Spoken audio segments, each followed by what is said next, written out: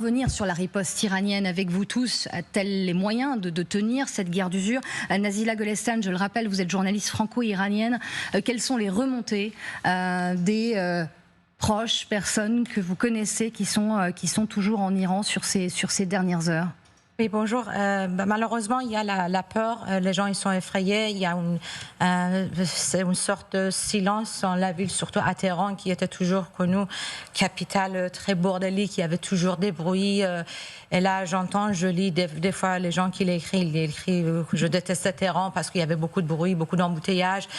Aujourd'hui, c'est ça qui me manque. Ville morte, finalement. Ça fait les gens une sont semaine qu'on ne dort pas. On essaie. Enfin, ça fait quelques jours déjà. Ils ont coupé l'Internet. Depuis hier soir, on a pu connecter encore avec nos contacts, nos proches à l'intérieur. Quand on parle des sites nucléaires, bon, c'est juste deux mots, site nucléaire, mais derrière, les gens ils sont effrayés. Comment ça va se passer derrière? Maintenant, si l'Iran, enfin, je veux dire, le noyau dur du régime, il attaque les bases américaines, imaginons en Turquie, à Qatar ou à Bahreïn, comment ça va se passer? C'est l'intégrité territoriale iranienne qui est en jeu. Et aujourd'hui, c'est ça qui inquiète les Iraniens. Est-ce que les Américains, ils veulent rentrer dans une guerre dévastatrice ou rendre l'Iran comme Libye ou Yougoslavie? J'entends bien tous ces discours des hommes en pouvoir. C'est les mêmes discours qu'on a entendus pour l'Irak en 2003. Comment ça passait? Ça fait un an qu'ils sont en train de faire des propagandes, qu'on va venir, qu'on va vous sauver les Iraniens, restez tranquilles, on va frapper. La guerre, c'est contre Khamenei. Non, la guerre, c'est contre l'Iran. Ils sont en train de détruire toutes les infrastructures qui appartiennent au pays, au peuple, pas aux moullas. Donc les moullas, je pense, ils s'en foutent. Khamenei, il se dit dans sa tête, ils vont m'emmener à l'enfer, je vous ramène tous à l'enfer. Est-ce que derrière, il y a les Corées du Nord, les Pakistanais, les autres pays vont rester regarder? Je pense que cette guerre, nous, on est à deux pas à l'Iran. La Turquie, c'est entre l'Europe et l'Iran. Donc, dernier élément sur ces pays, justement, peut-être qui pourraient aider l'Iran, en tout cas la Russie, puisqu'il y a ces déclarations du côté de Moscou ces dernières heures. On apprend d'ailleurs que le ministre des Affaires étrangères iranien se rendra demain à Moscou, mais on aura l'occasion d'en reparler. Vincent Crouzet, sur la riposte, au moment où vous parliez, on a ces images en provenance d'Iran, cette image très lointaine de la centrale de Fordo avec ce panache de fumée. Comment, on l'a déjà vu, ils ont commencé à frapper Israël, mais il y a aussi la question de ces bases américaines dans la région. Quelle est la capacité aujourd'hui de l'Iran à riposter? Très amoindri et politiquement très compliqué, notamment sur le Qatar, qui est le principal allié. Vous savez que la principale base américaine sur la zone, où se trouve le CENTCOM d'ailleurs, c'est Al Udeid au Qatar. Et on voit très mal les Iraniens frapper le territoire qatari, puisqu'on sait que le Qatar est très proche. Au moins économiquement. Au moins économiquement, ouais. Et diplomatiquement. Mais pas religieusement. Oui, pas religieusement, puisqu'on a le monde sunnite d'un côté et le monde chiite de l'autre. Mais néanmoins, on les voit mal attaquer des bases américaines sur des pays arabes voisins. Ce serait un précédent. Ce serait un précédent, Michel Fayad, quand on voit aux téléspectateurs qui nous regardent, tous ces points rouges, ce sont les bases américaines dans la région. Oui, mais il manque un point rouge important qui est au Liban, parce qu'au Liban, il n'y a pas de base militaire américaine, mais il y a la plus grande ambassade des États-Unis dans tout le Moyen-Orient. Elle a coûté $1 milliard pour être construite. Elle est plus grande que l'ambassade des États-Unis en Israël. Et c'est la taille d'une ville. Et à l'intérieur, c'est exactement fait comme une ville. Et vous savez qu'en 1983, l'ancêtre du Hezbollah, qui s'appelait le Djihad islamique, avait déjà attaqué l'ambassade par 2 fois. Donc rien n'empêche que l'Iran demande à nouveau au Hezbollah d'attaquer pour une 3e fois, donc dans l'histoire, l'ambassade des États-Unis au Liban. Donc moi je rajouterais un point rouge également à ce niveau-là. Qui peuvent faire partir David Benaïm de ces cibles prochaines. Et dans le passé, ce sont les cibles qui ont été atteintes de la part des Iraniens envers les Américains. Quelle est la possibilité aujourd'hui des Iraniens de représailles? En effet, il y a une possible attaque économique, le golfe d'Ormuz, militaires, les différentes bases militaires qui sont implantées dans la région, le Koweït, le Qatar, mais également la cible privilégiée des Iraniens, ça reste Israël. Et le programme balistique, même si le programme nucléaire est très endommagé, le programme balistique est encore très performant, on a pu le voir ce matin. Et ils ont encore la possibilité potentiellement d'envoyer des bombes sales, par exemple. Et ça serait extrêmement grave. Et la population israélienne n'est pas prête à ça. Au début des années 90, quand il y a eu la guerre du Golfe contre l'Irak, les Israéliens étaient équipés d'un masque à gaz parce qu'ils s'attendaient à ce que l'Irak envoie des missiles, des roquettes avec du gaz moutarde. Et c'était les fameux patriotes américains qui étaient censés les protéger. Aujourd'hui, les Israéliens, ils ne sont pas prêts ni mentalement ni physiquement à se défendre contre une bombe sale qui pourrait les atteindre. Mais ça fait partie de la réflexion de certains Israéliens. Si vous nous en parlez, c'est que... si je vous en parle, c'est qu'on en parle également sur les plateaux de télé israéliens et que les Israéliens ont ça en tête, évidemment. Ouais, effectivement. Michel Fayad, vous voulez juste rajouter quelque chose ? Oui, en fait, on a vu ces derniers jours aussi Beersheva en train d'être visé. Et Beersheva, c'est quand même à une trentaine de kilomètres de Dimona. Et donc, c'est aussi très dangereux parce que c'est le lieu la centrale nucléaire israélienne. Enfin, le centre de recherche. Oui, mais on ne sait pas tellement tout ce qu'il y a. Et du coup, c'est très secret autour de Dimona. Justement. Mais donc, s'il y avait quelque chose et que les Iraniens arrivaient à atteindre Dimona, ça pourrait être une catastrophe. Sans précédent. Sans précédent. Magali Barthez, juste sur la question, on parle des proxys, des alliés de l'Iran. On a vu les Houthis ces dernières heures réagir très fortement, menaçant à... en guerre, absolument. Ouais. Qu'en est-il ? Est-ce que l'Iran aujourd'hui dispose d'alliés qui pourraient peut-être les soutenir dans cette riposte à venir, qui a déjà commencé par ailleurs ? Ce qui se passe là, c'est la suite évidemment du 7 octobre. Or, on a vu à quel point le Hezbollah est affaibli aujourd'hui et sort affaibli de sa guerre avec Israël. Israël qui n'a plus à ses portes le régime de Bachar el-Assad en Syrie, qui a des Houthis, oui, au Yémen, mais qui ont quand même eux aussi étaient affaiblis par les bombardements américains. En fait, Netanyahou est persuadé qu'il y a là une opportunité historique, justement parce que les proxys de l'Iran sont plus affaiblis qu'ils ne l'ont jamais été ces dernières années. Cet axe de la résistance, comme l'appelle l'Iran, a quand même, depuis le 7 octobre, été considérablement affaibli. Et c'est d'ailleurs le discours qu'a tenu Netanyahou manifestement à Donald Trump en disant « c'est maintenant ou jamais, c'est maintenant qu'il faut y aller ». On a en plus pris le contrôle du ciel iranien, c'est ce qu'a certainement dit Netanyahou à Trump, donc c'est le moment ou jamais. En fait, le pari de Trump, c'est d'infliger le coup de grâce à ce programme nucléaire iranien et surtout de ne pas y retourner, c'est-à-dire des frappes là et on s'en tient là. C'est le pari extrêmement risqué quand on entend les représailles possibles iraniennes, mais c'est le pari de Donald Trump, c'est qu'aujourd'hui, après la destruction, en tous les cas c'est ce qu'il affirme, du programme nucléaire iranien, qui était l'assurance vie des mollahs, que justement ce régime iranien soit obligé d'annoncer sa capitulation, ou en tous les cas de revenir à une forme de négociation. Est-ce que ça va être vraiment le choix du régime iranien? Quand on entend ce matin le ministre des Affaires étrangères iranien ou les déclarations de l'ayatollah Khamenei en fin de semaine dernière, on peut en douter. On peut sérieusement en douter. En écho à ce que vous disiez, Magali, écoutons d'ailleurs un autre extrait de cette allocution dans la nuit, pour nous, 4 heures du matin, du président américain. Pour lui, l'issue ne peut être que la paix, mais quand ? Parce que nous sommes très clairement partis dans ce qu'on pourrait appeler une guerre d'usure. Écoutez Donald Trump dans la nuit. Nous avons dit que l'issue ne pouvait être que la paix. Sinon, ce sera terrible pour l'Iran. Nous sommes tous témoins de cette tragédie depuis 8 jours. Il nous reste encore beaucoup de cibles. Ce soir, nous avons visé les plus difficiles et de loin, mais également les plus létales. Mais la paix n'arrive jamais facilement. Nous irons rapidement sur nos autres cibles avec précision.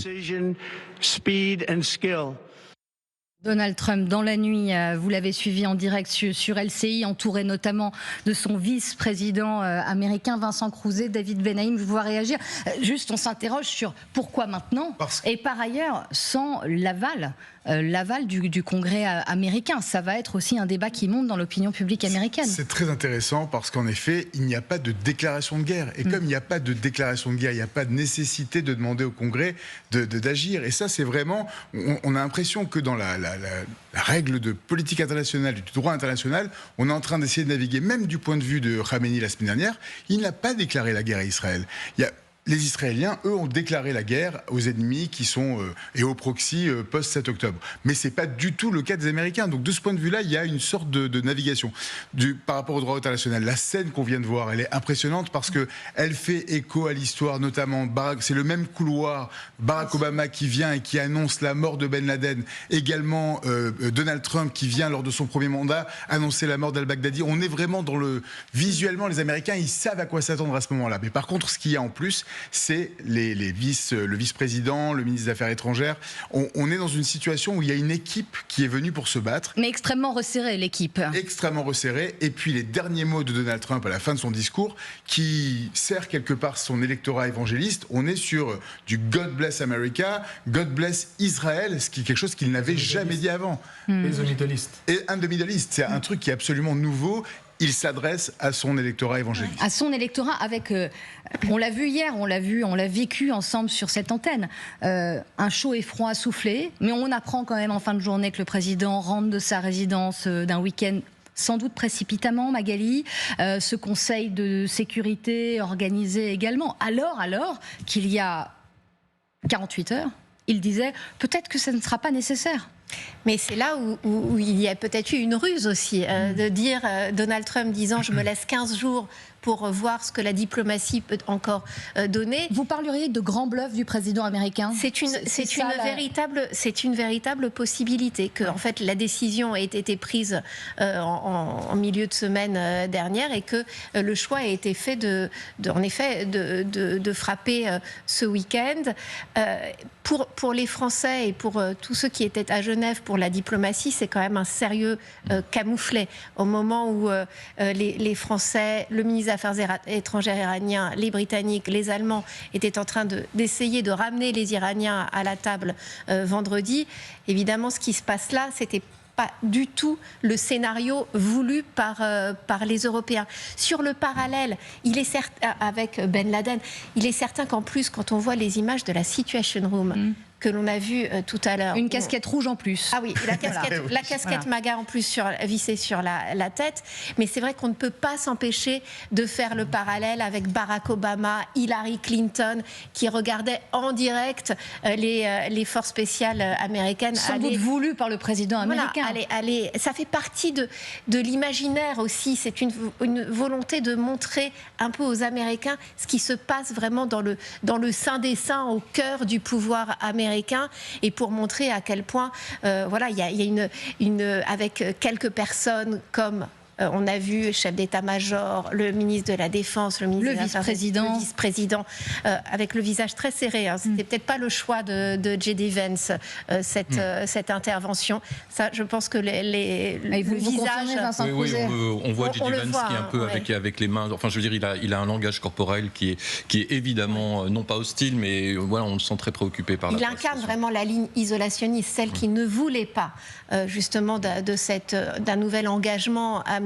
C'est en tous les cas la ligne qu'il incarnait vraiment pendant la campagne. Mais il y a cet électorat divisé de la base, les isolationnistes, mais la base évangélique aussi. Et on continue d'en débattre juste ensemble, parce que c'est intéressant de savoir cette question. A-t-il bluffé le monde entier, le président américain ? Mais d'abord, avec vous, Thomas Herman, vous nous avez rejoint pour s'intéresser aux armes utilisées par l'armée américaine pour frapper l'Iran dans la nuit. Oui, 1h50 du matin, cette nuit, Donald Trump s'exprime sur son réseau social. Regardez ici, ce sont les images depuis la Situation Room à la Maison-Blanche pour annoncer que les États-Unis ont achevé des frappes sur 3 sites clés en Iran, Fordo, Natanz et Ispahan.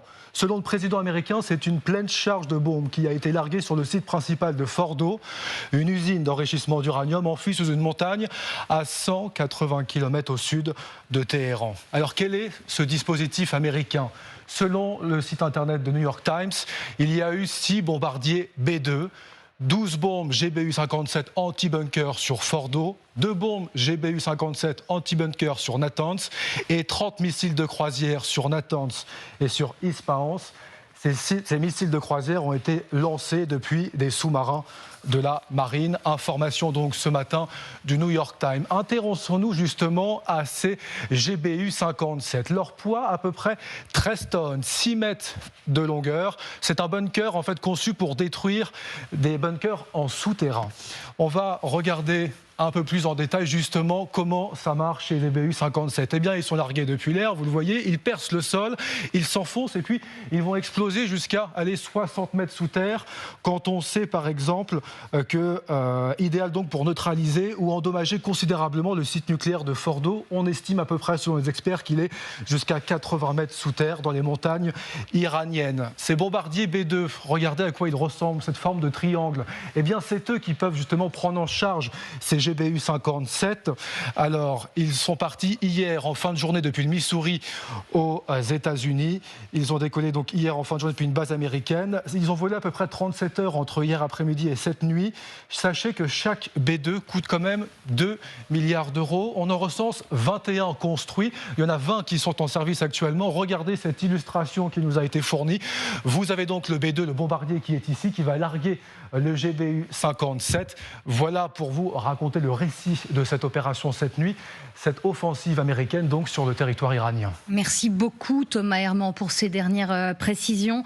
On l'apprend à l'instant, cela vient de tomber, le président de la République Emmanuel Macron réunira en fin de journée un conseil de défense à l'Elysée après les frappes américaines en Iran. L'Elysée le fait donc savoir alors que la diplomatie française via son ministre des Affaires étrangères s'est exprimé, Jean-Noël Barrot, qui le disait, hein, Michel Fayad, la France n'a pas participé à ces frappes et se dit extrêmement préoccupé. Vincent Crouzet tiquait d'ailleurs sur le mot de préoccupation, effectivement.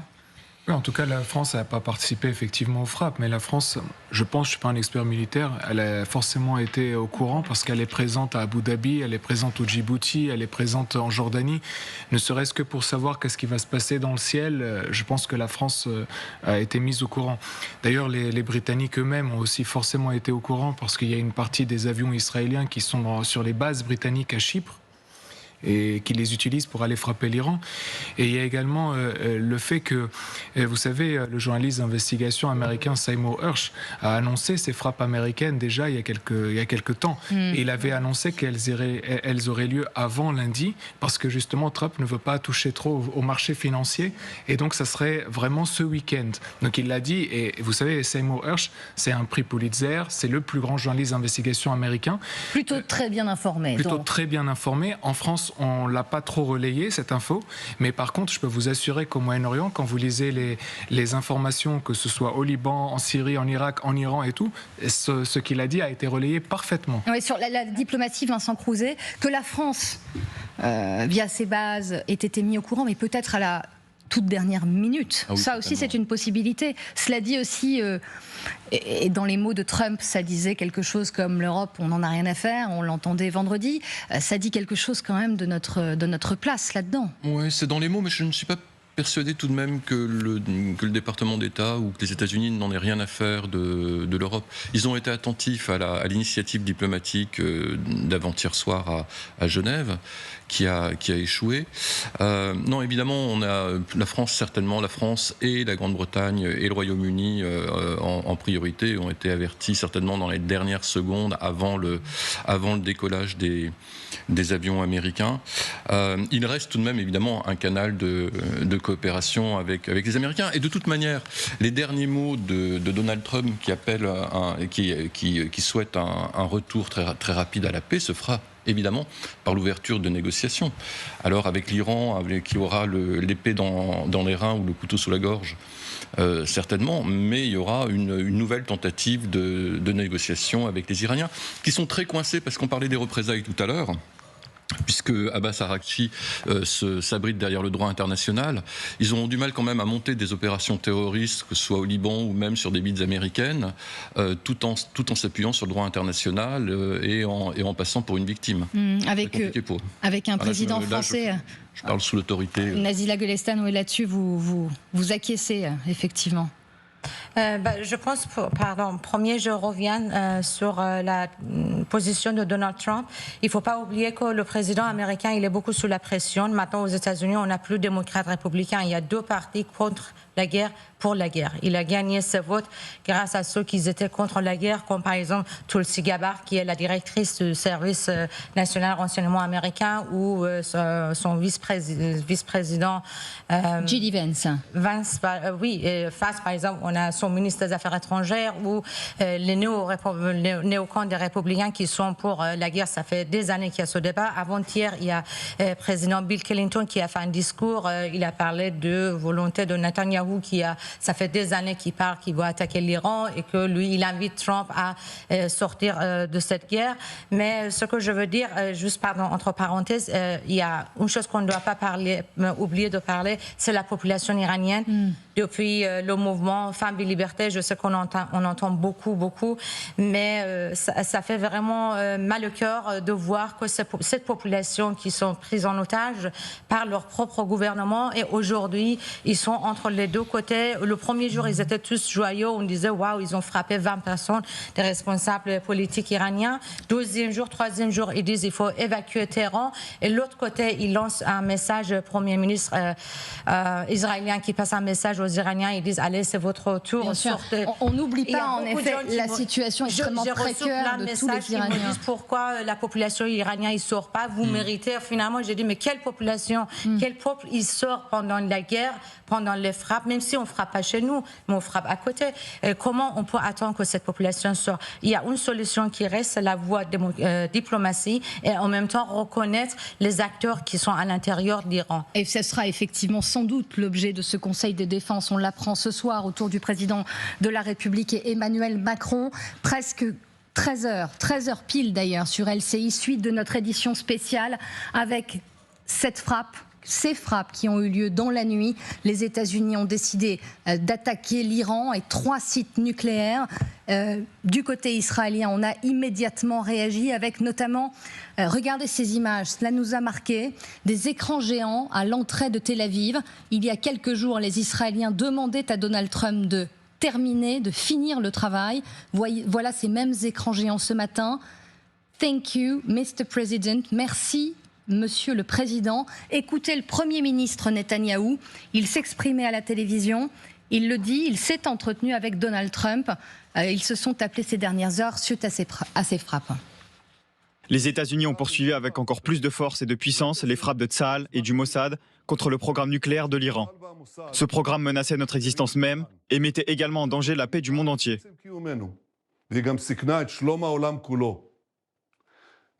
Immédiatement après la fin de l'opération, le président Trump m'a appelé. C'était une conversation très chaleureuse, très émouvante. Il m'a félicité et a félicité notre armée. Le Premier ministre israélien Benjamin Netanyahou qui révèle, David Benaïm, dans cette allocution, s'est entretenu avec le président américain, une aide sans égale. Là encore, la force de l'alliance entre les deux hommes et les deux dirigeants. C'est ce que recherchait Netanyahou depuis le début de cette offensive. Il attendait qu'il puisse rentrer, il attendait cette fenêtre d'opportunité. Il l'a forcé ou non? Est-ce que c'était prévu? On parlait tout à l'heure du grand bluff. Depuis quand date ce grand bluff? Est-ce que quand c'est Donald Trump qui a fait son voyage au Proche-Orient, où il semblait snober à un moment donné Netanyahou, et qu'en fait il travaillait déjà sur cette offensive, c'est très possible, c'est très très préparé ce qui vient de se passer. Et la temporalité aussi semble préparée. Quand on voit Donald Trump intervenir hier devant son avion à essayer de dire oui, je donne jusqu'à une quinzaine de jours, il savait déjà que ça allait se passer dans les heures qui suivent, ou presque. Il restait encore à être convaincu de dernière minute, mais tout est très organisé, tout ça. Il savait, quand on entend notamment Thomas Herman, Magali Barthès, ces avions ont décollé des États-Unis, c'est près de 40 heures de vol et de traversée pour frapper ce qui a été frappé hier. Donc oui, il y avait besoin de s'organiser, de travailler en amont cette opération. Bien sûr, et on a bien vu toute la semaine dernière à quel point il y avait un déploiement de force tout autour de l'Iran au Moyen-Orient, où en effet les Américains montaient en puissance en déployant une véritable armada. Après, certains disaient oui, mais c'est une façon de mettre la pression sur le régime iranien. Trump ne veut pas de cette guerre. Mais en effet, on sent bien qu'en milieu de semaine, les choses ont commencé à bouger. Alors, Donald Trump a continué de dire peut-être que j'irai, peut-être que je n'irai pas. Il aime de toute manière faire ce jeu de poker menteur, mais il est certain que ces bombardiers qui mettent 37 heures à arriver jusqu'à la zone, ça veut dire que vendredi, lorsque les Européens étaient avec le ministre des Affaires étrangères iranien à Genève, cette option militaire, c'était certainement celle qui était privilégiée par Donald Trump. C'est d'ailleurs ce qu'a dit Araghchi, le ministre des Affaires étrangères, lors d'une interview à Genève suite à ces discussions, en disant c'est potentiellement une ruse des Américains et en fait ils vont nous frapper. Reste qu'on n'avait pas le timing, que Donald Trump a brouillé les pistes en parlant de 15 jours encore de négociations.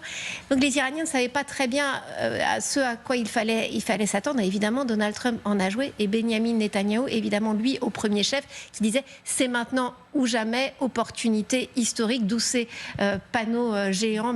Merci Monsieur le Président. Merci Monsieur le Président, très impressionnant. Impressionnant ces panneaux et il faut, si on peut les revoir en 2 secondes, c'est le même lieu où on voyait les otages affichés depuis 7 octobre. Et ça fait une sorte de boucle, on se rend compte, les Israéliens ont besoin de ça aussi.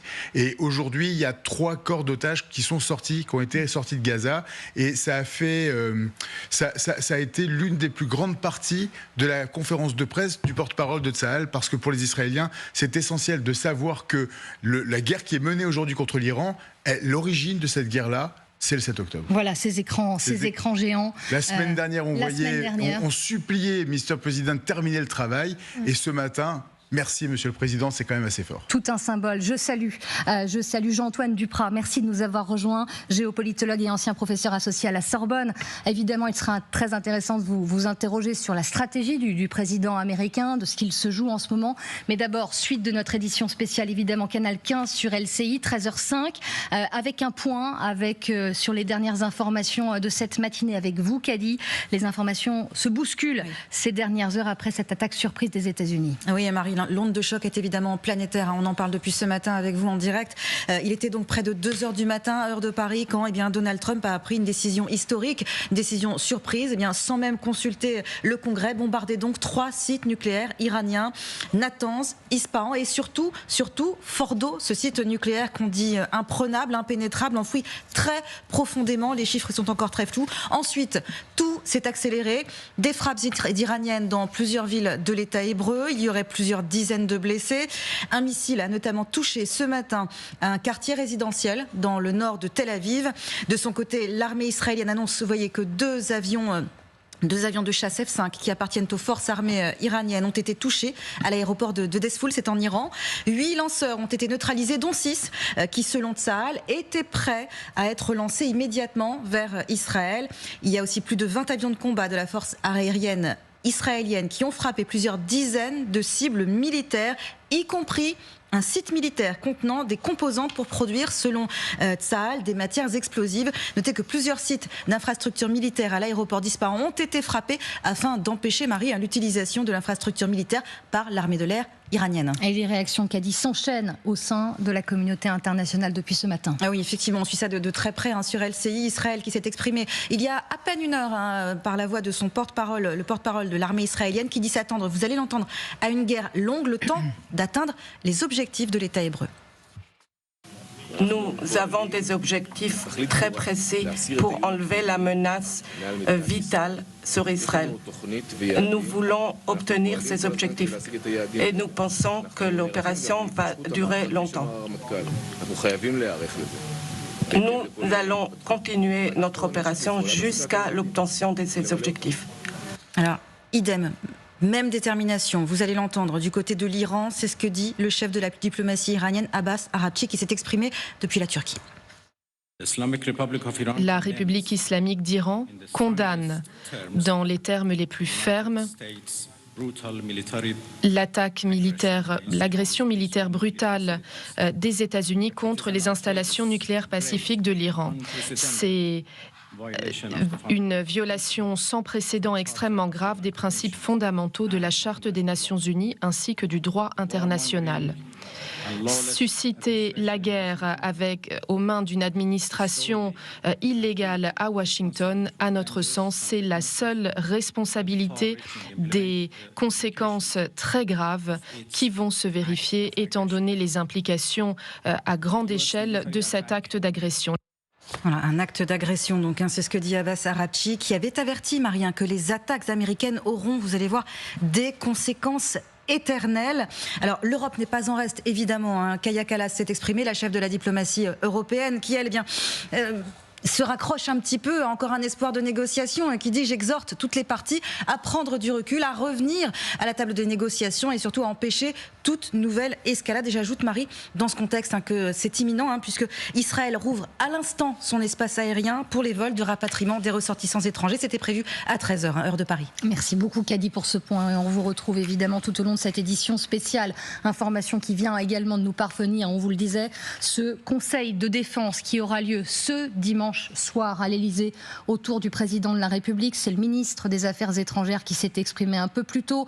Réaction attendue qui a, dirons-nous, tardé à arriver, Magali Barthès, près de 9 heures après le fait d'apprendre ces frappes américaines en Iran. Conseil de défense avec une ligne de la part du président français, même si certains critiquent ces oscillations. Mais c'est-à-dire qu'Israël a le droit de se défendre, l'Iran ne peut pas posséder l'arme nucléaire, mais en même temps appeler à ne pas plus de chaos. Et on ne parle plus ces dernières heures, je suis assez saisie, de cette cible, cet objectif de guerre qu'aurait Israël également, d'atteindre l'ayatollah Khamenei. Il est certain que la période est très compliquée pour la diplomatie. Pour la diplomatie rien de dire, française, je crois. C'est un euphémisme. Et qu'aujourd'hui, c'est vrai qu'on a une volonté de dire oui, nous restons au chevet de Gaza, oui, il faut faire rentrer de l'aide humanitaire, mais en même temps dire Israël a le droit de se défendre et ce programme nucléaire, de toute manière, est absolument illégal. Le problème, c'est que la France misait encore sur la diplomatie. Avec cette réunion à Genève du ministre des Affaires étrangères français avec son homologue iranien, britannique et allemand, les Français voulaient vraiment croire à une chance pour la diplomatie. Emmanuel Macron a eu hier soir le président iranien au téléphone longuement, où il a été à nouveau question d'un retour à la table des négociations. Les Français, notamment, pensaient pouvoir vraiment jouer certainement un rôle. Les Américains, ne pouvant pas parler directement avec l'Iran, jouer un rôle d'intermédiaire. Donc aujourd'hui, ils sont évidemment pris de court, peut-être pas parce que c'était certainement, il y a eu un coup de téléphone hier entre Jean-Noël Barrot et son homologue américain. Marco Rubio, peut-être qu'à ce moment-là, les Français ont été prévenus de ce qui se tramait. Mais aujourd'hui, avoir un discours diplomatique qui compte et qui s'entend, c'est extrêmement difficile. On sent toute l'impuissance européenne dans cette séquence. Alors, ce que nous dit l'Élysée, c'est qu'Emmanuel Macron a eu aujourd'hui, ce matin, au téléphone, son homologue d'Arabie Saoudite, d'homologue aussi d'Oman, pour essayer justement d'appeler à la retenue, à la désescalade pour que ça n'aille pas plus loin. Mais évidemment, il y a une inquiétude française de cette escalade possible au Proche-Orient.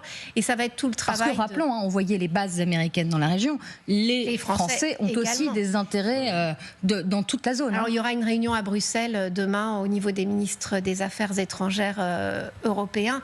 Mais on sent bien quand même à quel point la voix de l'Europe a du mal à se faire entendre dans cette séquence. Jean-Antoine Duprat, vous le géopolitologue, ces dernières heures, c'est sur ces mêmes plateaux, la question de l'élimination de Khamenei était un sujet. Katz, le ministre de la Défense israélien, en faisait un objectif de guerre. C'était ses mots. Là, ces dernières heures, ça ne fait plus partie, en tout cas, des sujets que l'on aborde. Ça fait partie aussi de la diversion. On focalisait sur l'assassinat du leader et puis on préparait une attaque massive, parce que cette attaque, elle n'a pas été planifiée en 24 heures. Et on en revient à ce grand bluff, c'est ça? Alors, on en revient, oui. Moi, je me rappelle quand même, Trump, il y a une dizaine de jours, pas juste après le début des opérations israéliennes, qui disait, vous allez voir, il va y avoir une surprise dans la nuit de jeudi ou vendredi. Je crois que la surprise, là, on l'a vue. Oui. Alors, est-ce qu'il pensait vraiment à ça? Difficile à dire. En tout cas, il avait toutes les options en main, parce qu'il y a eu des conseils, notamment quand il a quitté le G7, on lui a mis effectivement effectivement toutes les options sur la table. Alors aujourd'hui, effectivement, on est dans un jeu très compliqué parce que si dans son esprit, la guerre, ou plutôt ça pourrait s'arrêter comme ça, on frappe un grand coup et on oblige les Iraniens à revenir à notre table des négociations, pas à celle des Européens, à nous, c'est nous qui négocions, c'est pas les Européens. Bon, première hypothèse. Deuxième hypothèse, on est dans l'engrenage. C'est-à-dire que les Iraniens répliquent. Comment ils répliquent ? Ça, il y a peut-être différents moyens de le faire, même des moyens, entre guillemets, terroristes, à travers la planète. Ça, c'est un autre problème. Pour les Européens, effectivement, là, ils sont vraiment marginalisés. Quand Trump a dit, il a dit, j'ai pas besoin de vous. Bon, là, clairement, ceci étant dit, si des négociations s'enclenchent, il faudra quand même peut-être, à un moment donné, trouver des gens pour faire la médiation. Parce que dans l'état actuel des choses, je vois difficilement les Iraniens, les Israéliens et les Américains se retrouver autour d'une table pour négocier un... Ça paraît effectivement, Vincent Crouzet, à cette heure de la science-fiction.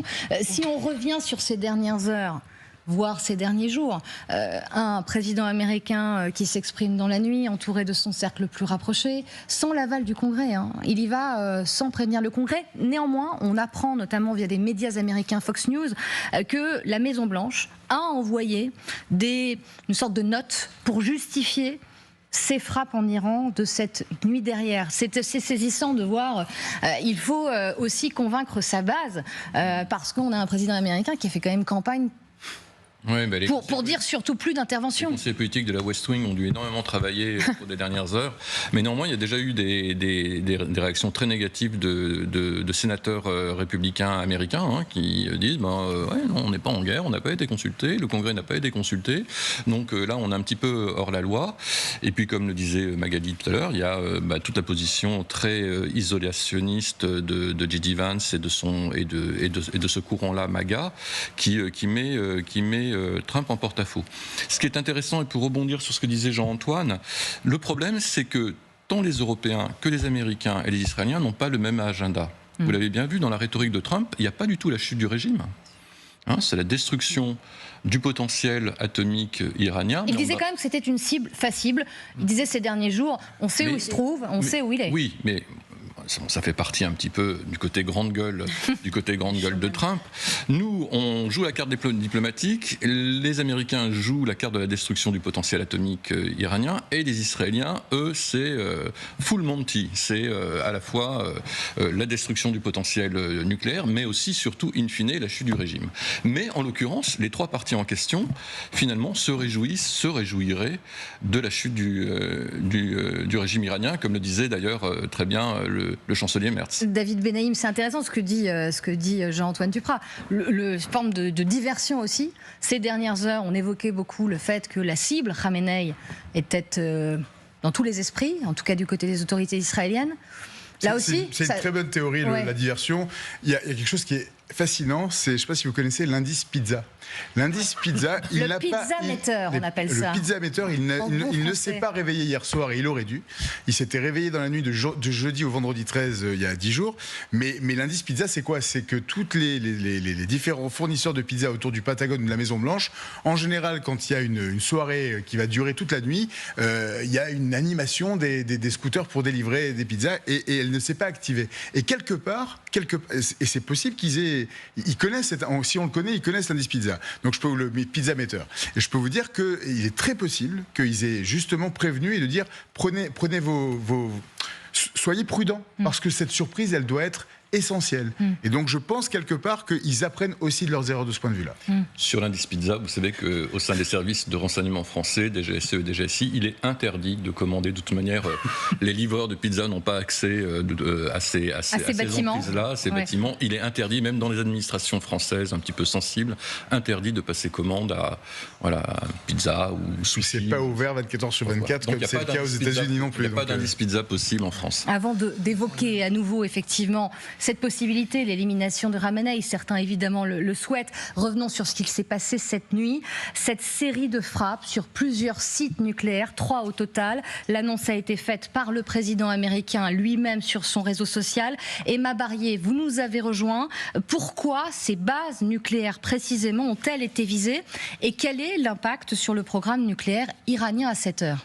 L'enjeu, on le dit depuis ce matin, vous l'avez compris, c'était évidemment de détruire le programme nucléaire iranien. Et pour ce faire, les Américains ont visé donc ces 3 sites, des sites névralgiques. Alors pour rappel, déjà on va commencer par Ispahan. Ispahan, c'est un centre de technologie nucléaire. Et d'après l'organisation Nuclear Threat Initiative, ce serait le site du centre de programme nucléaire iranien avec 3000 scientifiques déployés ici. Et donc pour être concret, c'est là que sont produits les gaz qui sont nécessaires à l'enrichissement d'uranium. Ensuite, Natanz et Fordo, ce sont les sites d'enrichissement d'uranium. Et donc, c'est ici que l'on transforme l'uranium en combustible nucléaire avec des centrifugeuses. Donc, alors ce midi, ce qui nous intéresse, c'est donc la base de Fordo avec ces premières images qui commencent à nous parvenir et où l'on voit donc au loin ce nuage de fumée qui semble s'échapper de ces infrastructures. Alors pourquoi y avait-il autant d'enjeux autour de Fordo ? Parce que, on le répète, en 2023, l'AIEA, l'Agence pour l'énergie atomique, avait détecté des particules d'uranium enrichi à plus de 83% sur ce site, un niveau très proche du seuil requis pour fabriquer une bombe nucléaire qui est, je vous le rappelle, de 90%. Autre enjeu, et pas des moindres, c'est que Fordo, c'est tout simplement la zone la plus sécurisée et surveillée de tout l'Iran. On est, pour rappel, à 250 km au sud de la capitale, Téhéran. Et comme vous le voyez sur ces images, le site de Fordo est enfoui dans les montagnes rocheuses. On est donc 80 mètres sous terre. Donc c'est sous terre que sont abritées environ 3000 centrifugeuses. Elles étaient donc très difficiles à atteindre car en plus, vous le voyez sur le schéma, il y a des dizaines de couches de béton au-dessus. Et donc suite à cette triple attaque sur ces 3 sites, Donald Trump a immédiatement affirmé que toutes les installations, donc y compris celles-ci qui sont essentielles à l'enrichissement nucléaire, avaient été intégralement détruites. Ah, effectivement, mais comment, Emma, peut-on en être aussi sûr ? Autant durant les 10 derniers jours, toutes les images satellites qui étaient prises chaque fois après les frappes israéliennes sur des sites nucléaires nous permettaient de constater les dégâts, comme on peut le voir ici, des routes et des infrastructures complètement détruites. Autant cette fois, donc ça c'en est encore une autre cette semaine, autant cette fois sur Fordo, il va être très difficile de mesurer l'ampleur des dégâts avec des images satellites, car comme je viens de vous l'expliquer, les galeries souterraines qui sont visées sont profondément enfouies sous la roche. Alors, d'après les informations que l'on a à la fois sur cette infrastructure de Fordo et sur les possibilités de les détruire, notamment grâce à cette bombe dont on parle tant, la GBU-57, tout porte à croire que Fordo aurait bien été complètement, intégralement détruite. Mais parmi les services de renseignement américains et israéliens, certains préfèrent rester prudents et attendent de voir une confirmation donc visuelle de la destruction des centrifugeuses dont je vous parlais. D'autant plus que du côté iranien, non seulement les hauts gradés ont tenu à minimiser l'ampleur des dégâts, mais surtout, regardez ce que dit ce directeur adjoint d'un média d'État iranien. Il indique que l'Iran avait évacué les 3 sites nucléaires donc en question il y a quelque temps. Les réserves d'uranium enrichi ont été transférées, dit-il. Je vous rappelle qu'on parle d'un stock de 408 kg d'uranium hautement enrichi, mais ce n'est pas impossible. Et regardez ces images, elles datent d'il y a 3 jours. On y voit du mouvement iranien. Vous voyez ici ces camions qui entrent et sortent sur le site de Fordo. Merci beaucoup, Emma Barrier. Point très complet. Et on l'a appris il y a 1 heure. L'armée israélienne a fait savoir qu'elle vérifiait les résultats des frappes américaines sur Fordo. Quels résultats ? On en parle ensemble. Mais vous savez, LCI, la place qu'elle accorde au terrain, la riposte iranienne suite à ces frappes américaines n'a pas tardé, avec notamment l'utilisation d'un missile utilisé pour la première fois par l'Iran, très puissant et qui fait extrêmement de dégâts. Thomas Misraki, on vous retrouve avec Thibaut Bruck. Vous êtes, je crois, au nord de Tel Aviv et on le voit encore une fois autour de vous. Les dégâts sont impressionnants et considérables. Oui, on est au sud de Tel Aviv, pour tout vous dire, une petite ville qui s'appelle Nestiona et qui a été frappée ce matin. Je vais demander à Thibaut de s'avancer pour vous montrer ce qu'il reste de cette maison. C'est la maison précise où le missile a frappé et vous le voyez, elle a été complètement pulvérisée. Ce que vous voyez au loin, en fait, entre ces 2 pans de mur, c'est la maison du voisin. Ce qu'il y avait avant, c'était une maison séparée et elle a complètement disparu. Fort heureusement, le couple qui habitait ici, on a pu parler à leur fils, est indemne. même, quelques petites blessures, mais rien de très grave. Ils ont été hospitalisés, choqués évidemment par ce qui est arrivé ce matin ici aux alentours de 7h30, mais ils ont bien réagi après le déclenchement des sirènes d'alarme. Eh bien, ils sont allés se réfugier dans leur chambre forte et c'est ce qui leur a sauvé la vie. D'ailleurs, comme la plupart des voisins ici qui se sont abrités au moment des alertes, il n'y a que 6 blessés dans ce quartier suite à cette frappe iranienne ici, mais des frappes, il y en a eu sur tout le territoire. Avec Thibaut, nous avons été réveillés par cette attaque ce matin aux alentours de 7h30. Je peux vous dire que c'était très impressionnant. On va se reculer un tout petit peu avec Thibaut pour vous montrer l'ampleur des dégâts ici. Il y a 4 ou 5 maisons qui ont été partiellement ou totalement détruites. Alors évidemment, les secours sont en train d'examiner encore ces maisons pour s'assurer qu'il n'y a personne à l'intérieur, mais a priori donc seulement 6 blessés ici, une vingtaine sur la totalité de l'État hébreu après ces frappes iraniennes ce matin. Ce que redoutent les Israéliens évidemment, ce sont des frappes dans les heures ou dans les jours qui viennent, mais tous ceux à qui nous avons parlé ici aujourd'hui se réjouissent, c'est peut-être paradoxal, mais ils se réjouissent de l'arrivée des États-Unis aux côtés d'Israël pour mener cette guerre. Thomas Misraki, Thibaut Bruck, envoyé spécial en Israël, dans le sud de Tel Aviv. Mais on salue effectivement aussi le travail de nos équipes sur le terrain qui nous rapportent. David Benaïm, il y a eu des alertes générales sur tout Israël ce matin. Des sirènes ont été entendues un peu partout dans le pays. De ce que l'on sait là, cela a cessé. D'ailleurs, l'espace aérien israélien est rouvert. Oui, alors l'espace aérien est rouvert juste depuis 13h, heure de Paris. Pour permettre notamment aux ressortissants de rentrer dans le pays. Aux ressortissants de rentrer, il y a même des vols qui sont en train d'être mis en place, on en parlait hier, pour les ressortissants français ou étrangers qui puissent repartir d'Israël. Donc il y a une sorte de couloir humanitaire qui est en train de se rouvrir. Oui, les Israéliens, à partir du moment de cette attaque contre les 3 sites nucléaires en Iran, ont été alertés. Le niveau est monté au maximum. Les écoles sont fermées, les gens ne travaillent pas, à part les travailleurs essentiels aujourd'hui. S'attendait-il, David, juste, vous êtes notre correspondant sur place à Tel Aviv, vous vivez à l'année sur place. Je ne délivre pas ce qui se passe hors antenne, mais vous voyez ces images à l'instant et vous disiez un juron qui commence par P et qui finit par 1. Mais encore une fois, vous êtes vous êtes choqué, j'imagine. Vous avez aussi de la famille sur place, mais est-ce que vous vous attendiez à ça ? Franchement. On s'attendait à ce qu'il y ait une réplique importante. On ne s'attendait pas forcément à ce que... Le truc, c'est que les Israéliens sont habitués à avoir un dôme de fer avec plusieurs niveaux. La fronde de David, Arrow 2 et 3.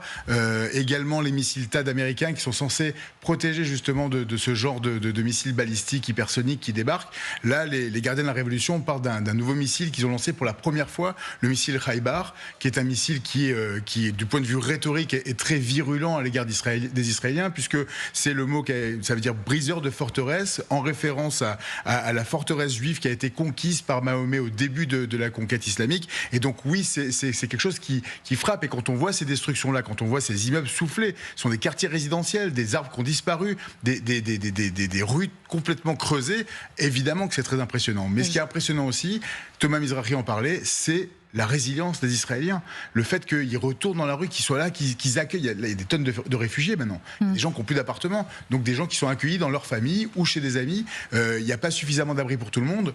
L'une des élans de solidarité incroyables depuis 10 jours, c'est que tout le monde a accueilli chez soi de la famille ou des amis pour qu'ils puissent profiter de leurs abris. Jean-Antoine Duprat, effectivement, unité nationale. Oui. Ce n'était pas le cas encore il y a quelques semaines, voire quelques mois, loin de là dans le pays. Là, même les opposants les plus féroces, on a entendu Yair Lapid sur notre antenne, opposant féroce à Netanyahou, et derrière le gouvernement. Alors incontestablement, unité nationale, c'est pas très surprenant quand même. Je passe trop de contrôle quand on parle d'Israël, parce que depuis l'origine d'Israël, c'est comme ça. Toujours. Donc ça, c'est pas nouveau. Après, ce qui est intéressant aussi, c'est que, vous l'avez dit tout à l'heure, quand dans le débriefing qui a été fait par le porte-parole de l'armée israélienne, je crois, il a été question d'abord des otages de Gaza. Donc ils ont quand même maintenu un relier, on n'oublie pas non plus ce qui s'est passé à Gaza, mais il y a un ensemble. En fait, c'est un tout. Et ça va permettre probablement au Premier ministre Netanyahou de monter, n'est-ce pas ? Déjà, sa cote de popularité a cessé de tomber. Il a même l'opposition derrière lui. Et là, ça lui permet de dire, regardez, tout était... il y avait Gaza d'un côté, mais maintenant il y a l'Iran, et on est en train de frapper tous ceux qui veulent l'extinction d'Israël. Parce que c'est ça le discours. c'est l'extermination, l'extinction d'Israël, le problème existentiel de la survie d'Israël qui est posé. Effectivement, et on l'a entendu notamment dans la bouche du ministre des Affaires étrangères iranien. Vincent Crouzet, juste. Je vais poser une question justement à Madame Golestan sur justement la destruction de l'État d'Israël. Est-ce que c'est un objectif qui est partagé par la population iranienne? Est-ce qu'elle a été atteinte par une bulle informationnelle pendant ces 45 ans suffisamment pour partager cet objectif? Non, c'est tout à fait au contraire. On a vu des images, justement, j'allais revenir sur la question, il faut qu'on réfléchisse, il faut qu'on se réveille, on parle après Khomeini, comment ça va se passer. Les Iraniens, ils ont fait la preuve, ils ont lancé des slogans dans les rues de Téhéran, partout, ils ont dit immense, ils disent nos ennemis sont les Américains, nos ennemis ils sont ici, ou quand ils ont mis les drapeaux par terre, ils ont évité à marcher sur le drapeau. Et si en Iran, on dit, moi j'aime l'Israël, je suis pro-israélien ou pro-américain, aujourd'hui ils ont exécuté une personne, hier exécuté une autre personne, ils sont en train d'arrêter une arrestation massive en disant que vous êtes des collabos, vous êtes des collabos avec les Américains, les Occidentaux, les Israéliens. On vous rapporte cette paranoïa en Iran parce que le régime, avec cette opération du Mossad, cette infiltration, effectivement exécute, arrête. Il y a cette peur de la population. Ça empire. Ils ont annoncé à la télé hier, vous allez vous renoncer vous-même que vous êtes des collabos, sinon on va venir chez vous, on va vous arrêter, ça sera des procès extrajudiciaires, exécution tout de suite. La seule chose que je veux rajouter, c'est qu'après Khomeini, il est fini, on le sait. Khomeini, c'est fini, sauf que je pense qu'ils le gardent parce qu'ils ne veulent pas perdre, que le pays rentre dans le chaos. Et du coup, il faut parler, après le Khomeini, c'est quoi leur plan pour la transition politique? C'est important, juste s'arrêter sur les mots. Vous dites, Khomeini est fini. Khomeini est fini. Khomeini, après le mouvement Femmes et Liberté, était fini. Il y avait une fissure dans le régime. Sauf qu'aujourd'hui, pardonnez-moi, le régime des Mollahs et son programme nucléaire, alors certes touché. Justement, la guerre, il donne la force au noyau tout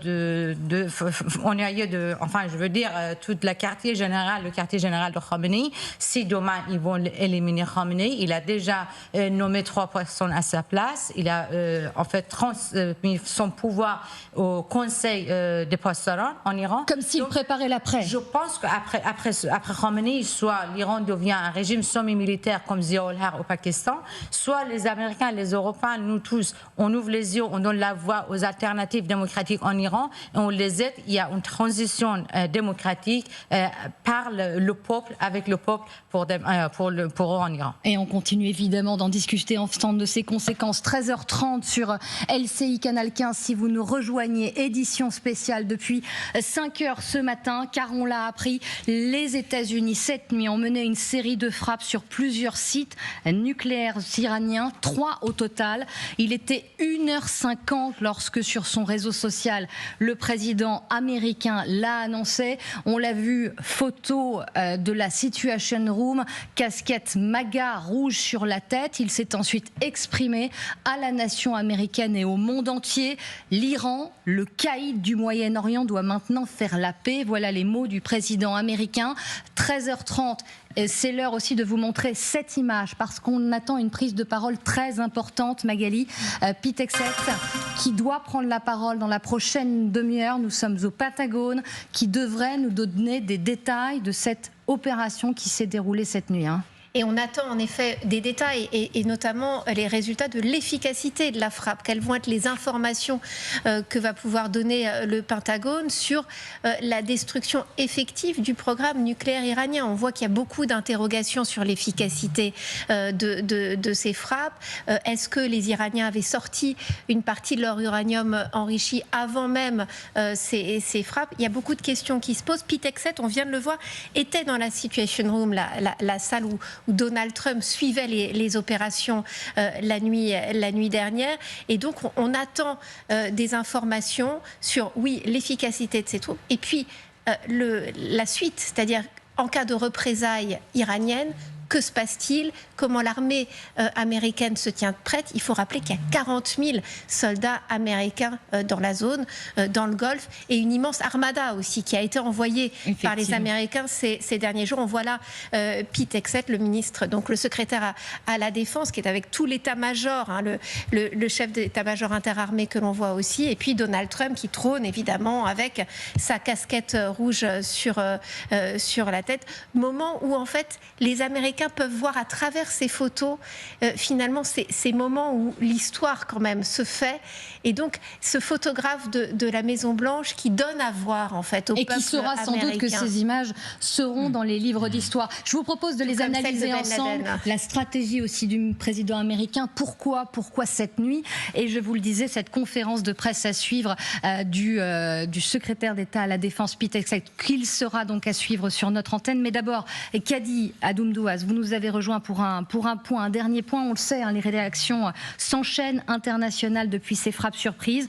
On fait le point avec vous, avec de très nombreuses réactions de plusieurs chancelleries. C'est une avalanche de réactions, Marie, effectivement. Et la France s'est exprimée par la voix de son chef de la diplomatie, Jean-Noël Barrot, soucieux, vous allez voir, de la sécurité des ressortissants français. La France a pris connaissance avec préoccupation des frappes menées cette nuit par les États-Unis contre 3 sites du programme nucléaire iranien. Elle exhorte donc les parties à la retenue pour éviter toute escalade susceptible de conduire à une extension du conflit. D'ailleurs, Emmanuel Macron lui-même tiendra donc un nouveau conseil de défense et de sécurité ce soir, 19h30. Vous l'avez dit, Marie.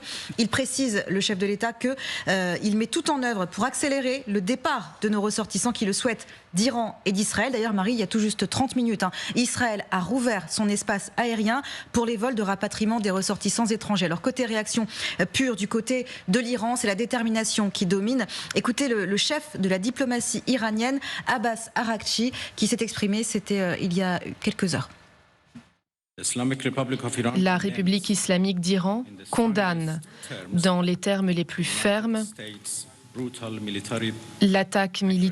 l'agression militaire brutale des États-Unis contre les installations nucléaires pacifiques de l'Iran. C'est une violation sans précédent extrêmement grave des principes fondamentaux de la Charte des Nations Unies ainsi que du droit international.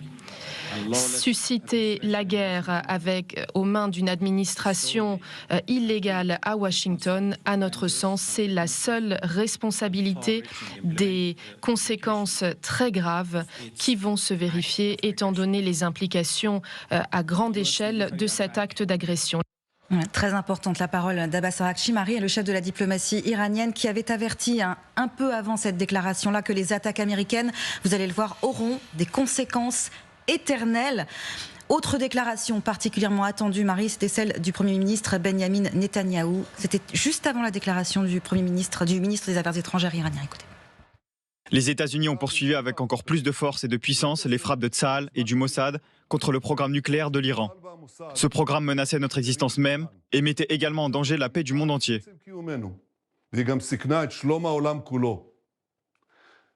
Immédiatement après la fin de l'opération, le président Trump m'a appelé. C'était une conversation très chaleureuse, très émouvante. Il m'a félicité et a félicité notre armée. Voilà, une voix peut-être qui entre en résonance avec celle d'Emmanuel Macron, c'est la chef de la diplomatie européenne, Kaja Kallas, qui s'est exprimée elle aussi ce matin et qui appelle, regardez, toutes les parties à prendre du recul, à revenir donc à la table des négociations et empêcher toute nouvelle escalade si c'est encore possible. Merci beaucoup, Kadi, pour ce dernier point précieux. On vous retrouve un peu plus tard, évidemment. On s'interrogeait et on s'arrêtait sur ces photos qui feront sans nul doute l'histoire. Peut-être va-t-on les revoir, celle de la Situation Room, Vincent Crouzet.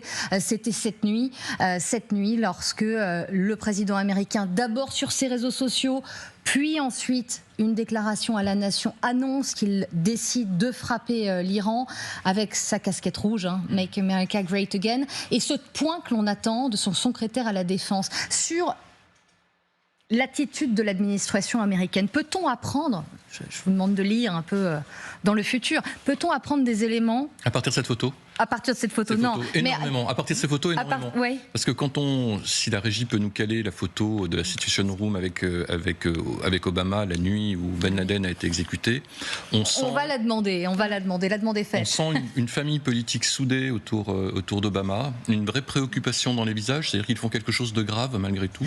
Ils sont tous engagés ensemble. Là, il y a de la distance entre les différents acteurs.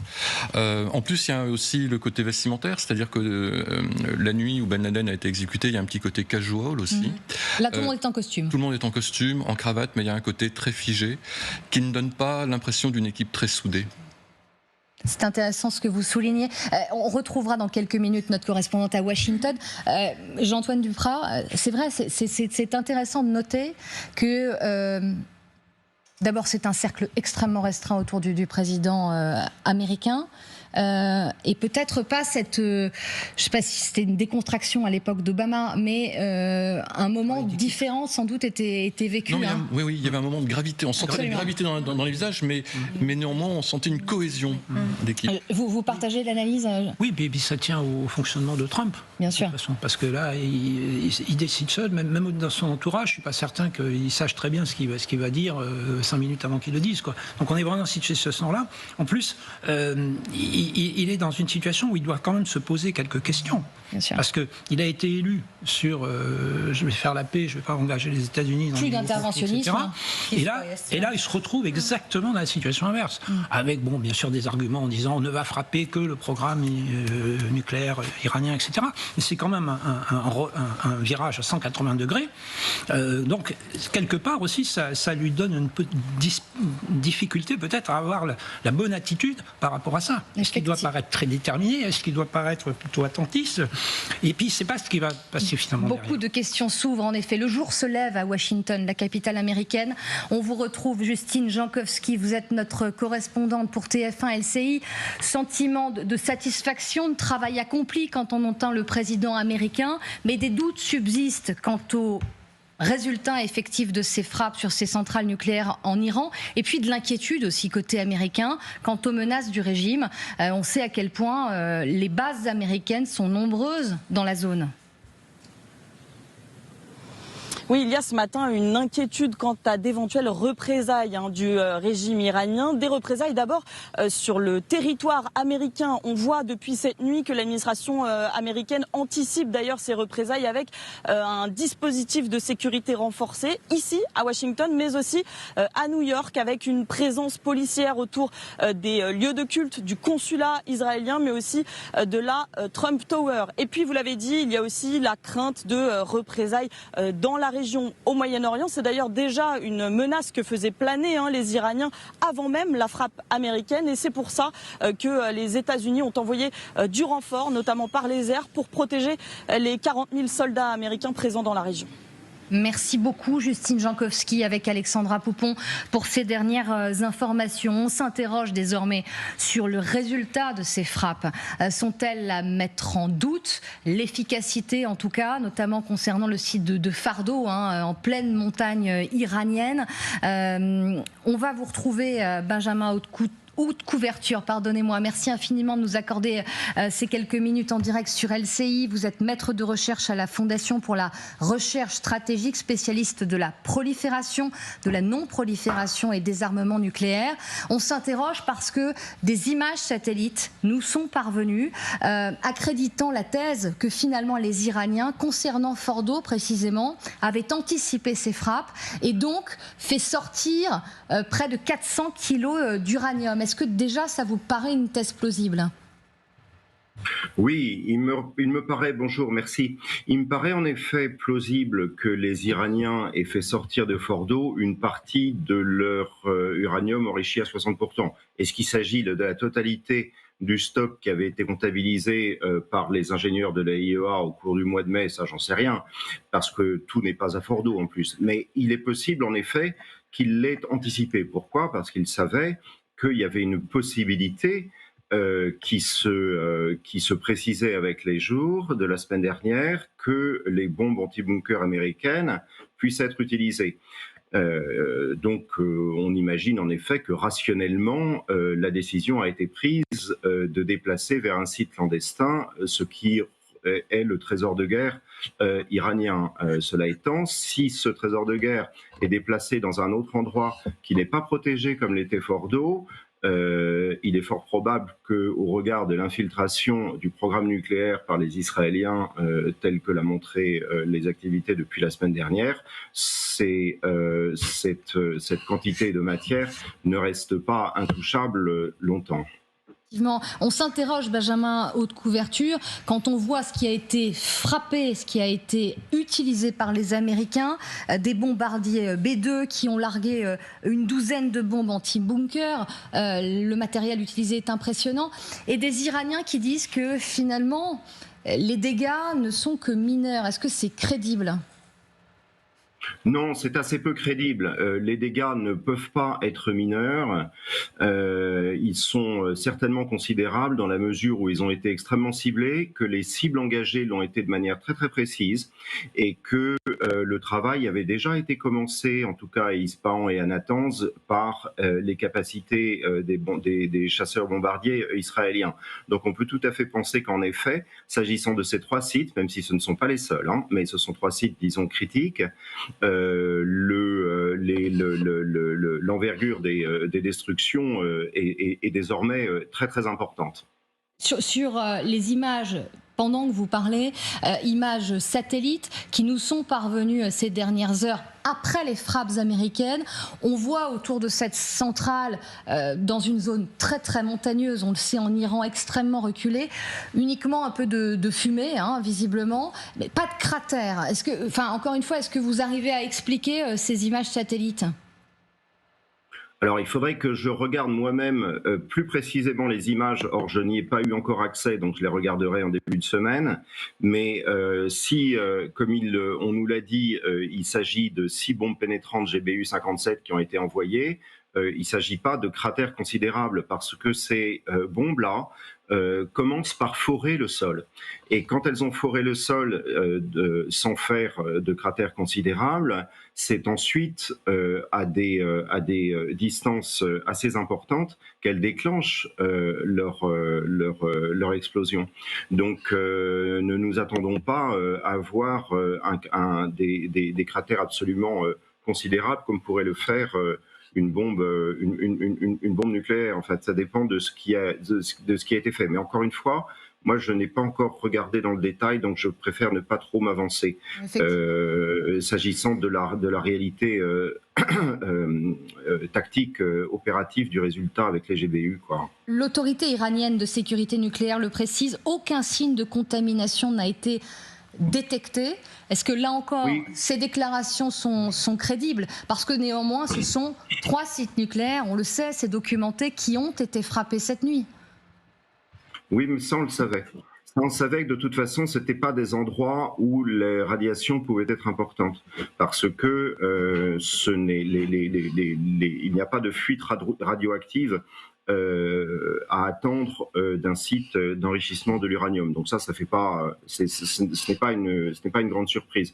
Le seul aspect véritablement critique de cette affaire contre-proliférante pourrait être le choix d'endommager la centrale nucléaire de Bushehr. Or, ce ne sera pas le cas parce qu'il s'agit d'un programme civil qui n'a strictement rien à voir avec les risques de militarisation des choses, des autres installations. Donc non, le risque de radiation, de toute façon, il est très limité. Quand on vous entend, l'Iran touché, pardonnez-moi pour l'expression, mais pas coulé. Magali Barthès a une question pour vous. Oui, quand on voit ces camions aux alentours de Fordo, si vraiment les Iraniens ont réussi à faire sortir des déchets radioactifs, les kilos de plutonium hautement enrichi, est-ce qu'ils ont les moyens aujourd'hui, c'est la question qu'on se pose, de fabriquer une bombe sale ou est-ce qu'ils ont les moyens finalement de faire peser une menace avec cette matière? Non, très peu probablement. Uranium enrichi à 60%, création d'une bombe sale et ensuite utilisation de cette bombe sale sur une cible. Il faudrait que ce soit une cible il faudrait trouver. Ensuite, il faudrait arriver à disséminer la matière. Il faudrait la faire, cette bombe sale. Là, on parlerait éventuellement de semaines ou de mois ou de je ne sais quoi dans une espèce de stratégie de terreur radiologique comment dire, tout est possible si vous voulez, mais la probabilité de ce genre de choses est excessivement faible. Ça n'a jamais été fait jusqu'à présent, si on met de côté quelques petites tentatives tchétchènes dans les années 90 en Russie, mais la menace d'une bombe radiologique utilisant des matières qui leur resteraient me semble peu crédible sur un plan tactique d'une quelconque stratégie militaire, qu'elle soit symétrique ou asymétrique que ce soit. Non, franchement, non. Ouais. Nazila Golesta, une question pour vous. Oui, en parlant des radioactifs, en parlant que ces sites, ils ont été détruits, mais je pose la question, est-ce qu'il n'y aura pas une menace pour le tremblement de terre à Téhéran, puisque Téhéran, il est sur des failles sismiques et la semaine dernière aussi, il y a eu des tremblements de terre. Et il y a un expert américain qui parlait à la télé, j'ai bien écouté, qui disait que ce tremblement de terre, c'était à cause de ces explosions. Donc là, il y a une inquiétude à Téhéran. Est-ce que ça peut causer ce problème pour la population là-bas, à Fordo? Alors là, très honnêtement, ça dépasse mes compétences. Je suis incapable de vous répondre. Je dirais que les bombes extrêmement puissantes qui ont été utilisées contre Fordo ne posent pas ce risque-là pour Téhéran, je veux dire, pour l'agglomération de Téhéran. Mais s'agissant des actions menées contre les sites, et il y en a certainement une centaine sur Téhéran et dans son agglomération par l'aviation israélienne la semaine dernière, j'aurais tendance à penser que non, la question ne se pose pas en termes de risque sismique lui-même. Mais il faudrait être beaucoup plus précis pour l'évaluer, et ça, c'est au-delà de mes compétences, je ne sais pas. Peut-être une toute dernière question, Benjamin, haute ouverture, c'est précieux de vous avoir. Il y a moins de 24 heures, les Israéliens, les autorités disaient on a retardé le programme nucléaire iranien avec les frappes des derniers jours de 2-3 ans. Au vu des remontées, des informations que vous avez en votre possession, les frappes de la nuit dernière ont retardé le programme nucléaire iranien. Est-ce que on est capable de mesurer dans le temps ou l'ont totalement annihilé? Alors, vous savez, je pense qu'il y a deux choses à prendre en compte. Je pense que cette question-là se pose désormais en années, c'est-à-dire que c'est ce qu'on appelait le breakout time, du temps, j'allais dire, de la conclusion de l'accord nucléaire de juillet 2015. Il s'agissait de gagner un an, quoi. Aujourd'hui, on est à l'évidence, il faudra le préciser, mais on est à l'évidence à quelques années. Mais c'est une question qui risque de ne plus avoir à se poser.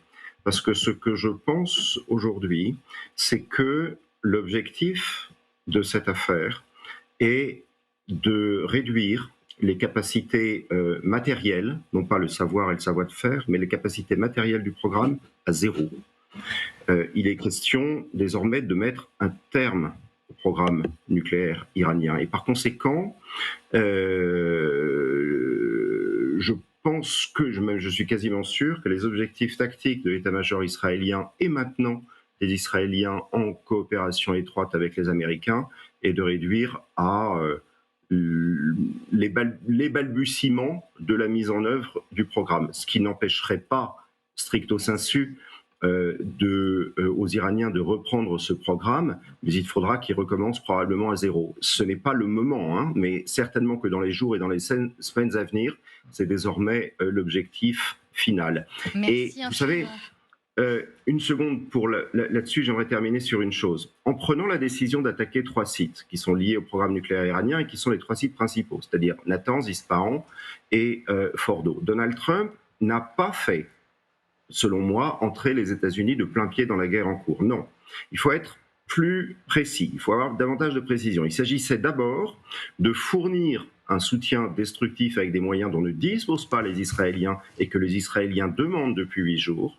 Il s'agissait de faire aboutir à distance l'action de contre-prolifération armée contre le programme nucléaire, mais aussi balistique. Mais il s'agissait aussi de signaler à Téhéran une détermination américaine qui ne laisse pas de doute possible sur l'issue de l'initiative israélienne et maintenant israélo-américaine. Il y a une dimension dissuasive évidente qui consiste à éviter au conflit d'escalader davantage et qui consiste à finir le travail d'annihilation du programme nucléaire. Merci infiniment Benjamin Haute Couverture, spécialiste du désarmement nucléaire, spécialiste de la prolifération et de la non-prolifération, de nous avoir accordé ces quelques minutes. Analyse très intéressante et utile. Savoir ce qui a touché ces sites nucléaires aussi, ces armes utilisées par les Américains. 3 sites nucléaires. Thomas Herman, vous nous avez rejoint. Quelles sont donc les armes que les États-Unis ont utilisées dans la nuit ? Eh bien, vers 1h50 du matin, tout d'abord, Donald Trump s'exprime sur son réseau social pour annoncer que les États-Unis ont achevé des frappes sur les sites nucléaires clés en Iran. Regardez, c'était cette nuit donc dans la Situation Room à la Maison-Blanche. Ces 3 sites nucléaires, Fordo, Natanz et Ispahan. Selon le président américain, c'est une pleine charge de bombes qui a été larguée sur le site principal de Fordo, une usine d'enrichissement uranien enfouie sous une montagne à 180 km au sud de Téhéran. Alors voyons voir justement ce qui a été utilisé par les Américains. Nous avons tout d'abord 6 bombardiers B-2, 12 bombes GBU-57 anti-bunker sur Fordo, 2 bombes GBU-57 là aussi anti-bunker sur Natanz, et puis 30 missiles de croisière là sur Natanz et Ispahan, missiles de croisière tirés donc depuis des sous-marins. Intéressons-nous quand même à cette bombe, le GBU-57. Déjà, c'est la première fois que l'US Air Force utilise au combat cette bombe anti-bunker. Son poids, 13 tonnes, d'une longueur de 6 mètres. Elle est conçue donc pour détruire les bunkers souterrains. Elle a été conçue, regardez, pour aller jusqu'à 60 mètres sous terre. Donc, elle perce tout d'abord le sol, elle s'enfonce, puis elle explose là jusqu'à 60 mètres. Elle peut donc neutraliser ou du moins endommager considérablement le site nucléaire de Fordo qui est enfui selon certaines estimations à 80 mètres sous terre, sous les montagnes donc uraniennes. Pour transporter cette bombe, il faut un bombardier. Le voici, c'est un bombardier furtif B-2. Ce sont les seuls à pouvoir larguer cette bombe GBU-57. Alors on sait qu'ils ont décollé du Missouri, donc aux États-Unis, pour rejoindre initialement la base américaine de Guam. Ils ont été accompagnés par des avions ravitailleurs. On sait que cette flotte d'avions donc a volé pendant près de 37 heures. Et puis ces bombardiers donc de forme triangulaire. Pour vous donner quand même une petite estimation du prix, chaque bombardier coûte 2 milliards d'euros, ce qui en fait l'aéronef le plus coûteux du XXe siècle. 21 exemplaires ont été construits. On nous indique que 20 sont en service actuellement. À vous signaler également que sur cette flotte américaine, on nous signale un ravitaillement qui a eu lieu selon certains experts qui scrutent Flight Radar pour repérer les avions. Là, ce sont les avions ravitailleurs qui ont été localisés. Il y a à peu près 2 heures au large des Açores, donc pour un ravitaillement. Merci beaucoup Thomas Herman pour tous ces derniers détails. À suivre sur notre antenne, cette édition spéciale qui se poursuit, cette conférence de presse du secrétaire d'État à la Défense. Je vous posais la question, Vincent Crouzet, vous avez ironisé, mais j'aimerais savoir sur la stratégie des Américains, de l'administration de Donald Trump, cercle très resserré. Peut-on avoir des détails, une forme de transparence supplémentaire de l'administration Trump sur l'opération de cette nuit? On va voir ce que dit Pete Hegseth. Déjà, je pense qu'on lui a supprimé son portable pour éviter la fuite de signal de la dernière fois, parce que là, c'était beaucoup plus important. Non, mais c'est ça, c'est qu'on est quand même un personnage qui est à l'origine de fuites de documents, d'informations aussi. Qui est assez controversé. Assez controversé, c'est ça. Et d'ailleurs, on voit 2 pupitres qui sont prêts parce qu'il y aura le secrétaire d'État à la Défense. Et il sera accompagné de Dan Kane, qui est le chef d'état-major interarmé, que l'on a vu sur les photos que l'on décrivait tout à l'heure dans la Situation Room cette nuit. Donc sur les informations apportées aujourd'hui par l'administration américaine? Non, il y en aura très peu. Il y a très peu d'informations qui... Ça, Grégory pourra mieux nous le dire en tant qu'ancien correspondant à Washington. Il y a très peu d'informations qui fuitent sur ce qui se passe dans la Situation Room, en dehors des photos officielles, du photographe officiel de la Maison-Blanche. Grégory Phillips, là sur ce point... Très attendu aussi, parce qu'il y a cette prise de parole nocturne du président américain, cette solennité, 3 minutes. Là, il y aura des questions et des réponses. Sans doute que la presse va vouloir en savoir plus. Il y aura sans doute pas toutes les réponses, parce que on va voir si les opérations se poursuivent ou pas. Et évidemment, là, on manipule des informations extrêmement sensibles. Mais sur la transparence du Pentagone, je voudrais juste rappeler un petit peu le timing de ce qui vient de se dérouler. Il y a encore quelques 48 heures ou 72 heures, Donald Trump nous disait on se laisse 2 semaines. Il semble que les bombardiers B-2 qui ont mené l'opération cette nuit étaient déjà en vol quand Trump dit ça. Absolument. Puisqu'ils ont mis plus de 35 heures, je crois, pour aller... 37 heures précisément. 37 heures pour aller jusqu'en Iran. Donc ça veut dire que quand Trump nous dit on se laisse encore 2 semaines, en fait il sait que l'opération est, si ce n'est en cours, en tout cas elle est déjà décidée. Donc évidemment sur ce genre d'opération on ne peut pas s'attendre à une transparence à 100% du Pentagone. Oui, c'est là où on s'interroge du grand bluff du président américain Vincent Crouzet. Petit détail, sur les photos et sur les images de la Situation Room, on ne montre jamais les écrans qui sont en face des décideurs. Ouais.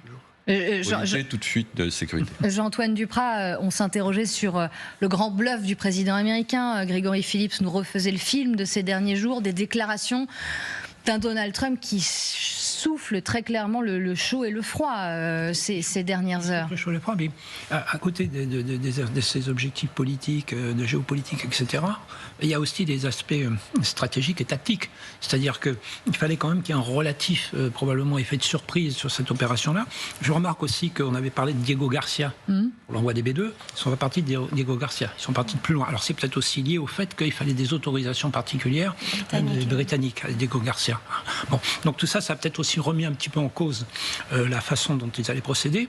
Ce qui est certain, c'est qu'à un moment donné, il a dû faire un choix, et que son choix, pour l'instant, probablement, c'est je frappe uniquement le dispositif nucléaire et j'en reste là.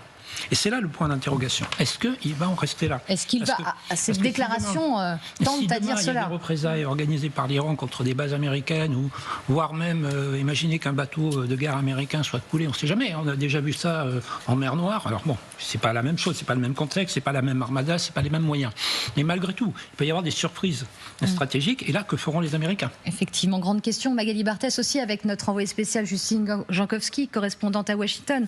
Forme de jubilation entendue dans la bouche du président américain qui se congratulait de l'opération, mais contrebalancée par aussi une inquiétude des autorités, de la population, des sites renforcés ou la sécurité renforcée à New York, dans certaines grandes villes, la capitale également, sites religieux, comme on a pu d'ailleurs le voir en France, après le Conseil de défense. Oui, parce qu'on parle de risque de représailles des Iraniens dans le Golfe, mais il est certain qu'il y a des mesures de sécurité qui sont prises aussi sur le continent, dans le pays, sur le continent américain, parce qu'il peut y avoir aussi une crainte pour des attentats. Donc il y a une sécurité qui est renforcée autour de certains lieux extrêmement stratégiques.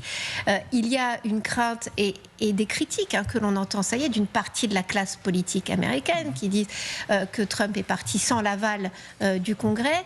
On entend aussi des critiques de la base MAGA, c'est-à-dire cette base des électeurs de Donald Trump qui sont contre tout interventionnisme à l'étranger. Et on sent certaines figures d'ailleurs dans l'entourage de Trump qui parlent spécialement à cette base-là, qui essayent de calmer le jeu là depuis cette nuit, qui parlent directement, je pense à par exemple l'un des conseillers Steve Bannon, qui attention, il sait ce qu'il fait. Donc il y a une volonté aussi de rassurer cette base américaine. Les sondages ont un peu évolué cette semaine. 60% des Américains plaidant pour y aller. Et quelques jours plus tard, le sondage CNN, c'était pratiquement 50-50. Donc il y a eu aussi une évolution de l'opinion publique américaine. Quasiment 14 heures sur LCI, notre édition